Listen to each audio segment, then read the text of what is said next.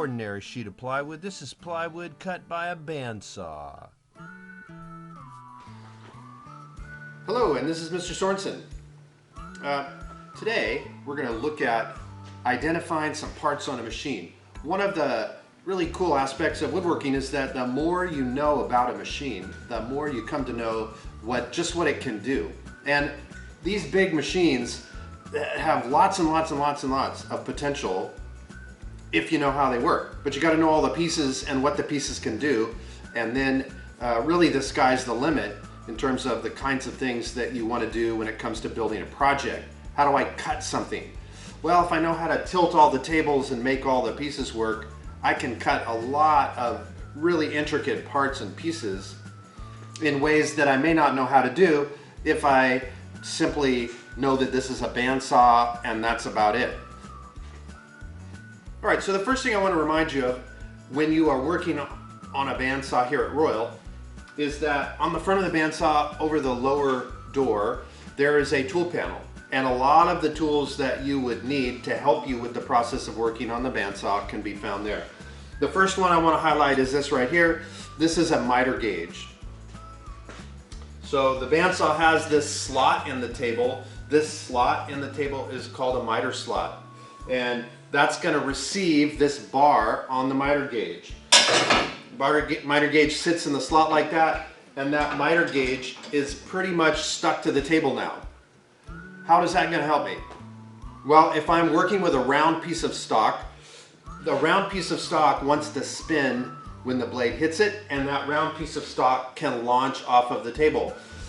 If I hold the round piece of stock up against this miter gauge, the miter gauge is stuck on the table. The round piece of stock can no longer fly off the tabletop.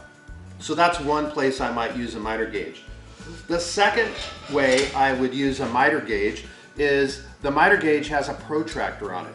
And if I loosen up the handle, I can tilt the protractor to any of the numbers on here. So let's say I needed a piece of wood cut at a 25-degree angle. I can just set this at 25 degrees and tighten it back up. And now when I make my cut on the bandsaw, it's cutting 25 degrees, and I'm confident of that. So this is a really handy tool to have at a bandsaw, and that's called a miter gauge. Many of the tools that we work with will use that. Another tool that I can find on the miter gauge is this right here. Now, this is sort of an official looking bandsaw push stick. It's painted red, and it even has push stick labeled on it. So generally there'll be a push stick on one of the tool panels, and you're certainly welcome to use that when you're cutting on the bandsaw. Another thing I want to point out to you is that on a bandsaw, pretty much any piece of wood, any scrap piece, you can get it like I just did out of the trash can. Any piece of wood could be used as a push device or a push stick on a bandsaw. All we want to do is make sure that we have some piece of wood that's going to allow us to push our piece of wood through the bandsaw blade. And then the last thing that touches the bandsaw blade is the scrap piece of wood, not our finger. So keep that in mind. On a bandsaw, you can use an official push stick, which would hang on the tool panel, or you can just use a scrap piece of wood, which you could get from the trash can or anywhere else that you can find it. Another tool that you would find on the tool panel is this thing right here. This is called a V block. You notice that cut down the middle of the piece of wood is a V.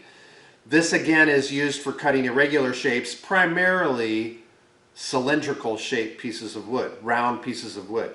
The round piece of wood sits in the V, and it's going to keep the round piece of wood from spinning.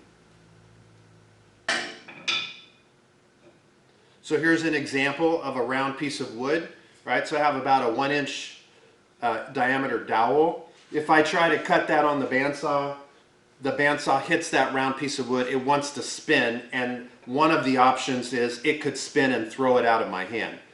Throwing it out of my hand could pull my hand into the blade, and so anytime I cut round stock, a better solution than to cut it on the table is to stick it in the V-block, and it would sit like that. That's going to make it harder for the round stock to spin. It has more friction, and then I would use that whole setup and put it on the table and make my cut to my round stock. When I use a V-block to cut round stock, the one thing that I have to do is I have to make sure I raise the guide high enough that the V-block and the piece of wood will slide underneath it. So it does make things a little more dangerous because I'm having to move the guide and the guard up higher to allow the V-block and the piece of wood to fit under it, but it still is a safe way and maybe a better way to do cutting, especially when you are using cylindrical or round stock. On a bandsaw, you have an upper wheel guard, and down here is a lower wheel guard. So this door down here, this is the upper wheel guard, down here is the lower wheel guard. The wheel guards are used, as the name sounds, as the name states, to guard the wheels. So it's going to keep my hands out of these moving parts as the blade is spinning. The upper wheel guard and the lower wheel guard are connected by this arm. This is called the arm. The arm has on it generally the on and off switch, which are right here. Our on and off switch has a safety mechanism, which is this red button. The red button turns the machine off, but the red button also is critical in allowing you to turn the machine back on. The machine at this point cannot be turned on. If I push the on switch, nothing will happen. I have to pull the red button back out. This is a safety mechanism that keeps the bandsaw from accidentally being turned on. So if you try to turn it on and it won't go on, the first thing to try is pull on the red button. I noticed that it just popped back out, so now when I push the green button, the bandsaw should turn on.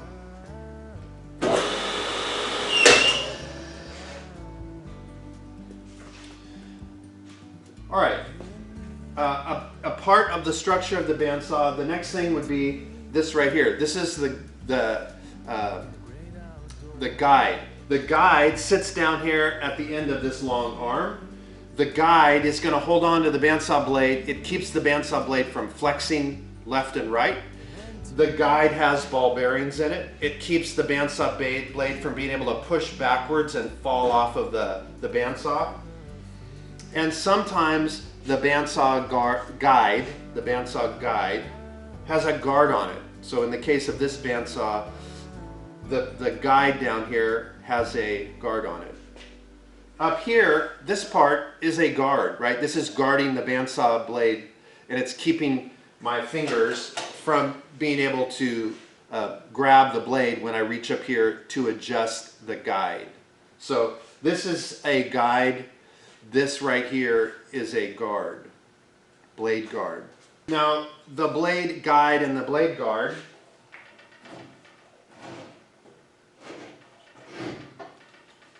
are used specifically to cover up the blade. So a bandsaw obviously is going to have a blade. The blades come in various sizes, and that will depend on what you're trying to cut through. If you're having to do big heavy cuts, let's say you had a big log that you wanted to resaw into actual usable pieces, you're going to need a big heavy duty blade. If you have a little 1/8 inch sheet of plywood and you need to cut out a very detailed pattern on it, you probably want to go with a very small 1/8 inch wide bandsaw blade. So bandsaw blades vary. You have to choose them based on what it is you're trying to cut out. So this is the bandsaw blade.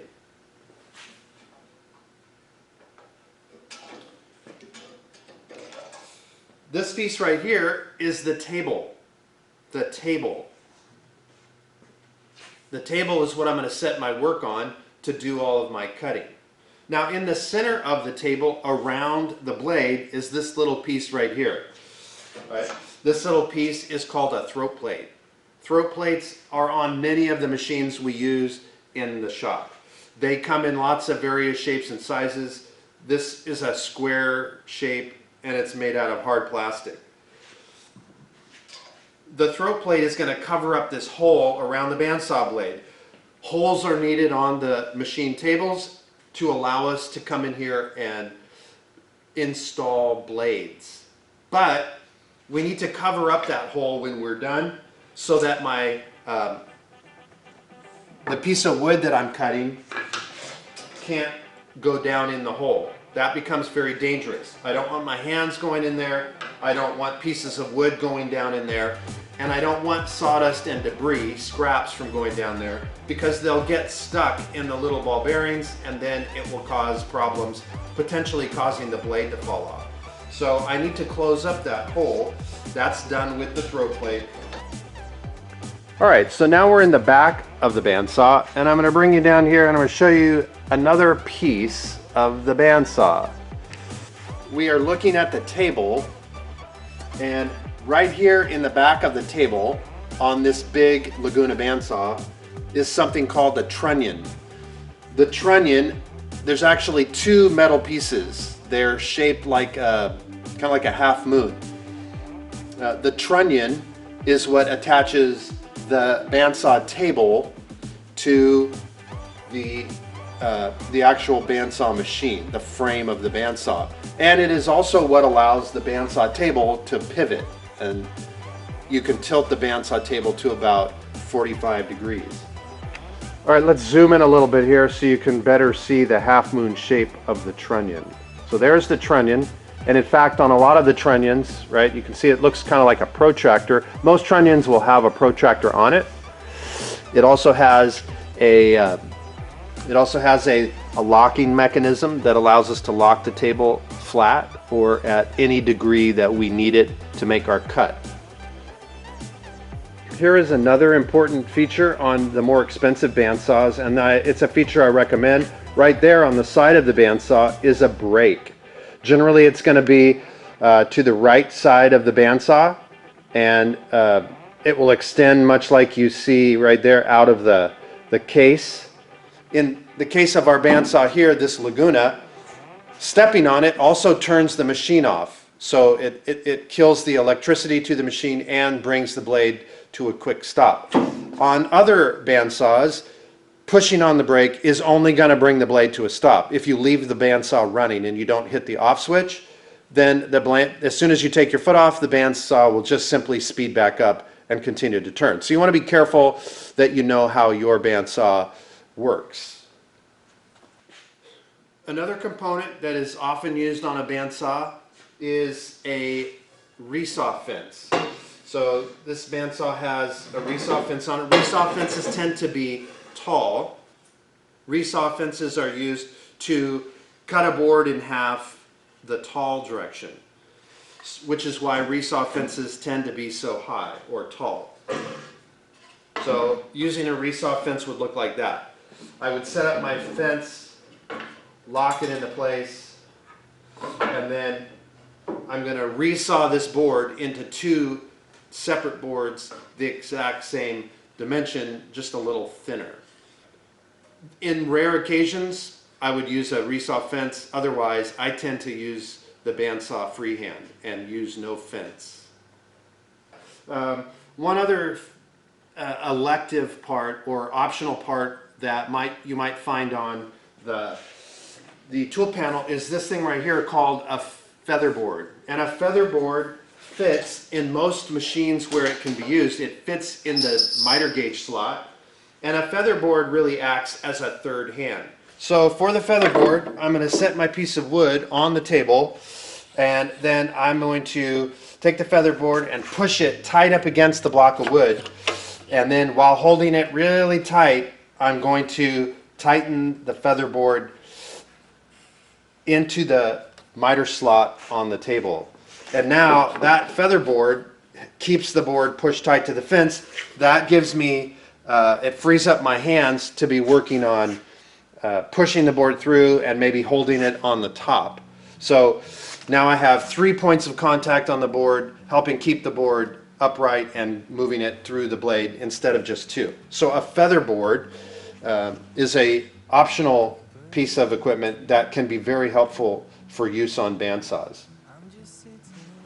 Obviously you have a better view now of, here's the miter slot. Some bandsaws have 2 miter slots. This particular bandsaw has 1. Most bandsaws will have at least 1 miter slot so that you can use a miter gauge if you're making specialty cuts.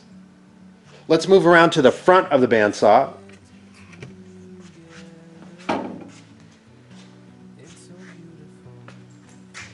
Here's another little interesting piece on a bandsaw. This slot, right, notice that the table surface has a cut in it, and that's called the blade slot. The blade slot would allow you to slide the new blade in. Once a blade breaks, you throw that blade away. We need to slide a new blade on. We have to have a slot there to slide the new blade in to install it on the bandsaw.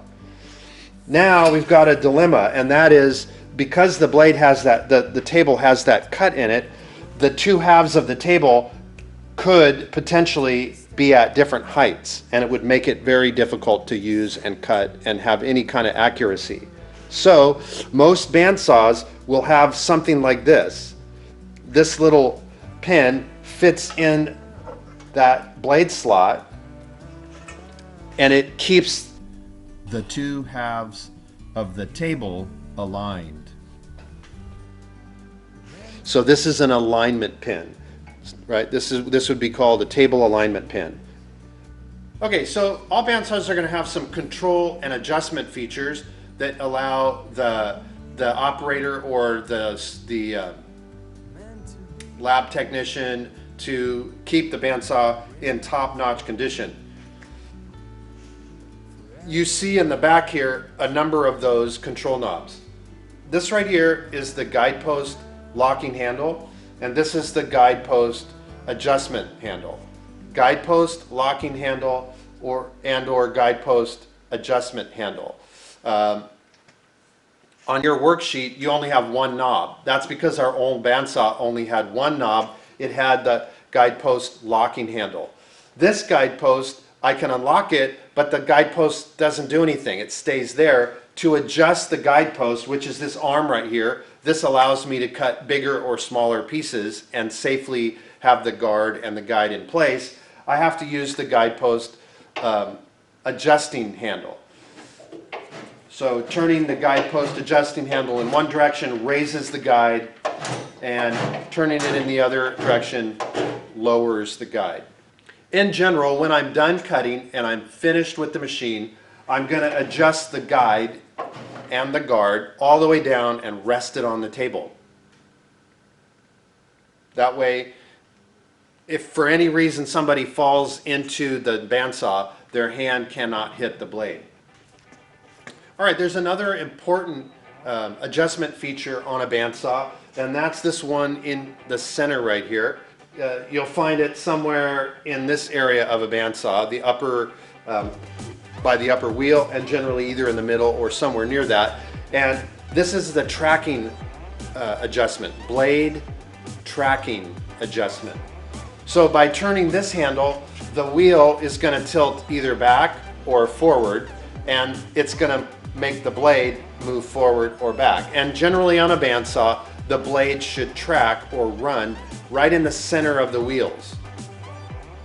All right, the third and final adjustment feature here, and that is this handle here. Now in bandsaws, a lot of bandsaws, you're going to see it in one of 2 places.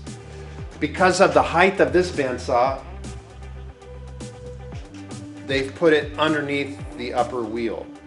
In shorter bandsaws, smaller bandsaws, this hand wheel is generally up on top of the bandsaw. And this is the blade tension adjustment hand wheel. Blade tension adjustment hand wheel. This is what puts tension on a bandsaw blade. Bandsaw blades fit over the top of 2 wheels, and then you have to pull it really tight so that it's got a lot of tension on it. That's what's going to allow it to cut very straight, and the blade doesn't flex back and forth, and ultimately it would break or fall off if it was too loose. So this hand wheel right here is going to put tension on the blade. Now, in our particular bandsaw, we need to know how much tension we put on the blade.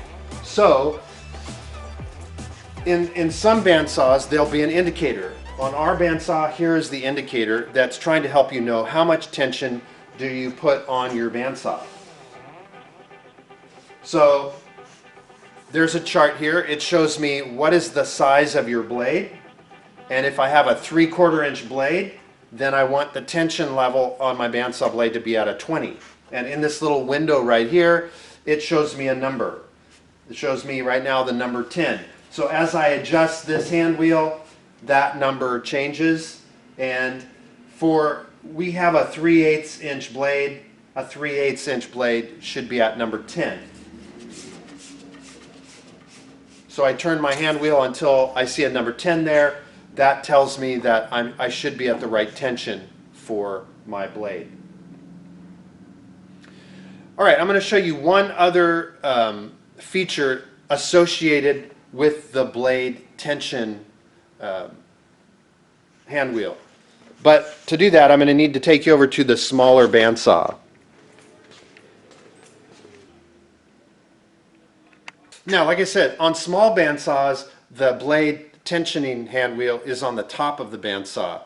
So on our small bandsaw, here it is. This does the same thing that we just saw underneath the big bandsaw. However, this bandsaw, the little bandsaw, has an additional feature that's related to that, and that is this quick release. One of the challenging parts of putting a blade in and getting it all back to good condition is making sure you have the tension set right. So, on bandsaws that have this quick release, you never have to adjust the tension. If the blade breaks, you're simply going to release the quick release lever. You're going to take the blade off, put the new blade on, and push it directly back to where it was before, right? You just push the lever back, and you're back to the same exact tension. Thus, the process of changing the blade becomes very fast. Well, let me take a couple seconds and walk you through a real life cut so you can see how we take all of this information we've learned about and put it all together. And I'm just going to make some basic cuts. I'm going to make a straight cut through the board, and I'll make a curved cut. And I'll show you some information about each of those and what it looks like. Now, the first thing I do when I get to the bandsaw is I'm going to take the guidepost locking lever and the guidepost adjust handle, and I'm going to lower the guard or guide down here so that it's about 1/4 inch or less above the piece of wood. What am I doing? I'm trying to get it close enough that I can't put my finger in there. So on a test, we might say 1/4 inch or less, but essentially what I'm doing is making this space between the guard and the board small enough that my finger can't fit in it. Right now, before I make my cut, the other thing I want to make sure I've done is gotten my push stick and put it up here on the table to use. Now, I can grab, as I mentioned in the video, I can grab my official looking push stick, or I can simply reach over into the trash and get a scrap piece of wood. On a bandsaw, doesn't matter that it's official. I just need something to help me push the board through the blade. Now, the next thing that I need to make sure that I do when using the bandsaw is to keep my fingers 2 inches away from the blade. We have a 2-inch safety zone on a bandsaw. That means, generally speaking, the little throat plate. Keep your fingers out of the throat plate area, because once you get within the throat plate, you're getting into the 2-inch safety zone, and as long as you keep your fingers 2 inches away from the blade, you should have no problems. When I work with a bandsaw, another safety rule is that I don't stand to the side, right? This would be the side. I'm standing to the side of the bandsaw. I should always be standing out here in front of it, or potentially I could be standing back here behind it watching the next person cut, but I never want to stand to the side. Here's the reason why.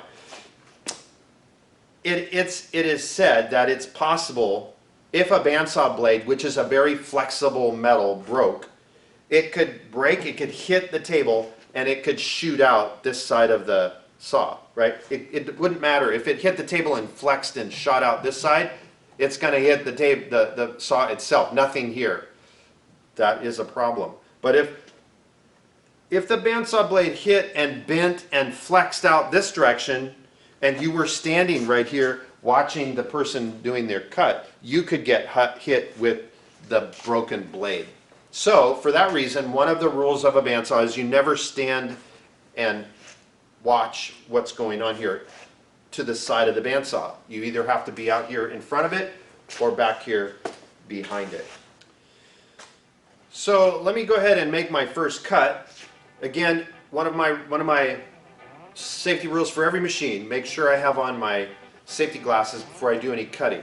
This is not one of the louder machines, although having on ear protection is certainly helpful. It's not one of the louder machines, so it's not a requirement.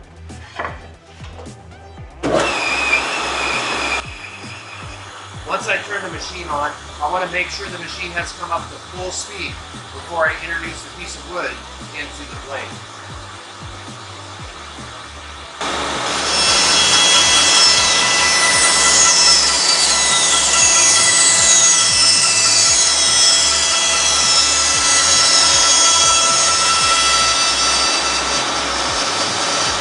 Now, right at the end, I'm going to use my push device.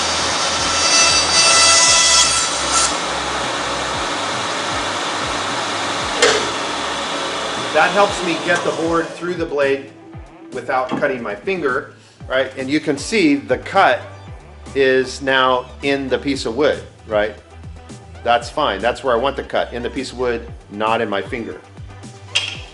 So there is my cut. Now, in this case, I made a straight cut, but I didn't use a fence. It's not a perfect cut, right? If I go like that and put it on there, you'll see a lot of shadows in there. It's not very straight, but the bandsaw isn't made for cutting perfectly straight pieces of wood. That's what the table saw is used for, right? Now, if I needed a bunch of little sticks like that, I was going to drive them in the ground or whatever, perfect. That's perfect for the bandsaw. What the bandsaw really excels at is the freehand cutting of curves. So I'll show you that here next. All right, well, the next cut I want to do is a curved cut. And this is really what the bandsaw allows me to do quite well. I can do two types of curves. I can cut a curve that's an inside curve that's kind of tight, which means it's kind of small. And I can also do kind of a gentle flowing curve. So I'll cut both of those for you. The first one I want to show you is this one right here. So this is a pretty tight curve for a bandsaw to cut, depending on the size of the blade. To make this cut, I need to use what are called relief cuts.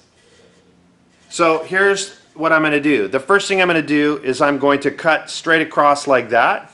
I'm going to cut across it, and I'm going to get rid of this up here.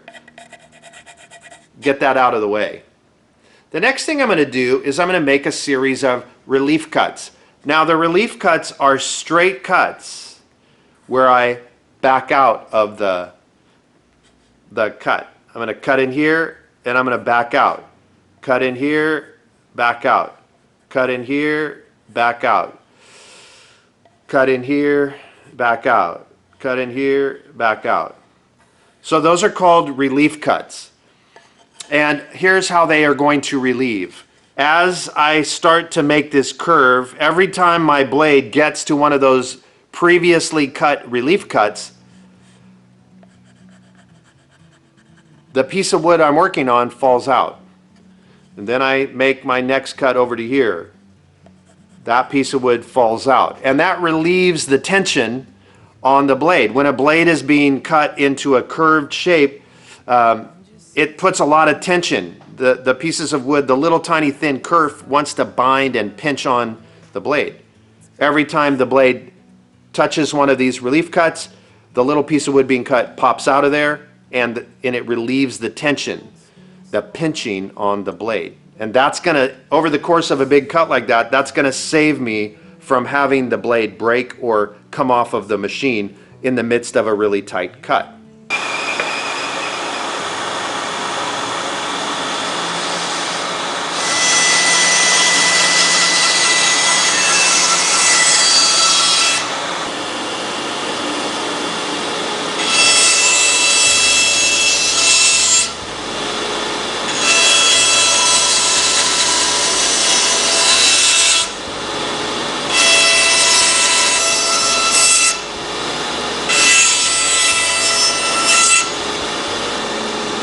All right, well, what you see here are my relief cuts. Notice that the relief cuts do not touch the pencil line, right? The relief cuts all stop just short of the pencil line so that I don't change the overall shape of this curve that I want to cut. Now I'm going to go back to the saw and I'm going to attempt to cut out this curve without breaking the blade.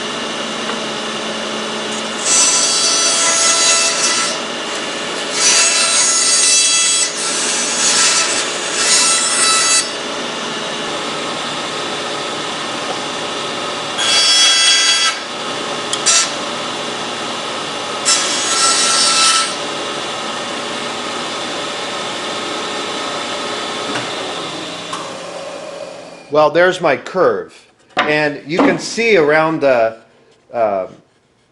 cut that there's still some wood showing next to the pencil line, and that's important because when I'm done with my cut, generally speaking, it's never very nice. On a real curved cut like this, I'm going to expect to go to my sander and clean this up and sand right to my pencil line. Now you can see here, when I've been cutting on a bandsaw, I end up with lots and lots of little tiny scraps and pieces all over the saw.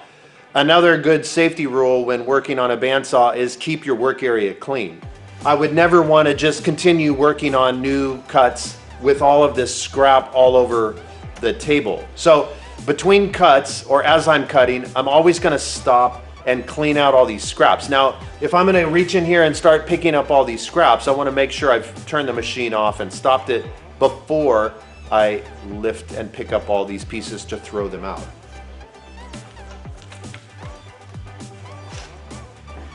So now I have another curve that I want to cut. This curve is much more gentle, and I don't need to use the relief cuts for this one. It's just a very long, meandering cut. Here's another rule that we want to follow when cutting curves on a bandsaw. I always push forward and turn gently at the same time. Curved cuts on a bandsaw require forward movement during the cut. I never twist a board, right? I never take a board and go along and then realize, hey, I need to get the cut over here, so I'm just gonna twist the board and make the blade go where I want it. No, I'm not gonna make the board go where I want it. I'm gonna break the blade. What you're seeing me do right here is called freehand cutting. I don't have a fence and I don't have a miter gauge. There's no other tool helping secure the board. The board can freely be moved back and forth, but it's all able to be done safely. So the bandsaw is one of the few machines in the wood shop where freehand cutting is allowed. All right, so let's go ahead and make the curve cut right here on this board so you can see what that looks like.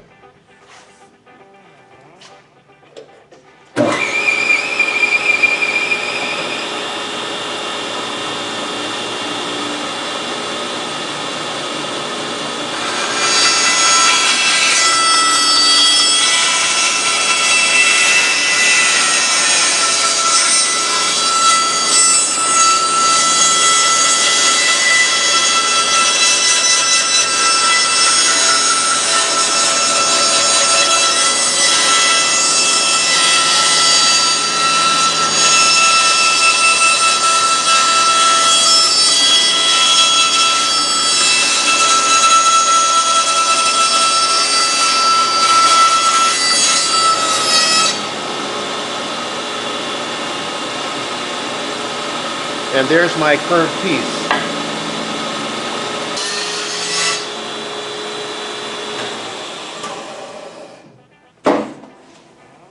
whenever I'm done with my cut on a bandsaw, remember the first thing I want to do as soon as I'm done with the cut is step on that brake. One of the nice things about bandsaws with brake is that I can bring them quickly to a stop and eliminate any potential for getting cut. Another great rule for a bandsaw while you're working with it is keep the floor around the bandsaw clear of scraps and debris. What you find as you make relief cuts and little cuts like that on a bandsaw is you're going to end up with lots of little pieces, and if you're not careful, if you don't grab them and throw them directly in the trash can, you're going to end up with those little pieces of wood all over the floor at your feet. All it takes is putting your foot on a piece of wood just in the right way, and it's going to want to make your ankle turn, and you're going to put your hand out to try to catch yourself and stop yourself from falling over. That's the moment where you could put your hand into a bandsaw blade. So one of the smart things to do is every now and then stop, take a broom, and just clean up the work area around the foot of the saw.